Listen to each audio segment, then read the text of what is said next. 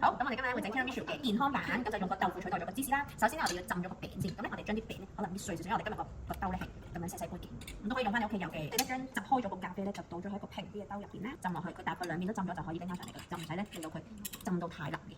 你嗰個容器係點樣？即係如果你整一大盒嘅，咁你咪可以整啲浸擺落去咯。試咗落3匙羹先，咁就睇下佢個比例個質感同。好。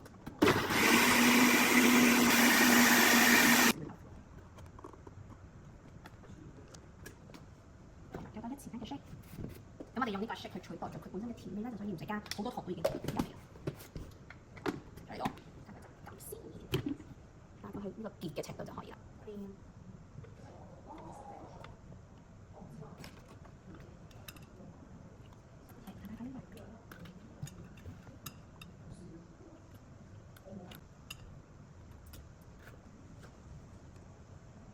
好，最後咧我哋就滲翻少少嘅可可粉上去。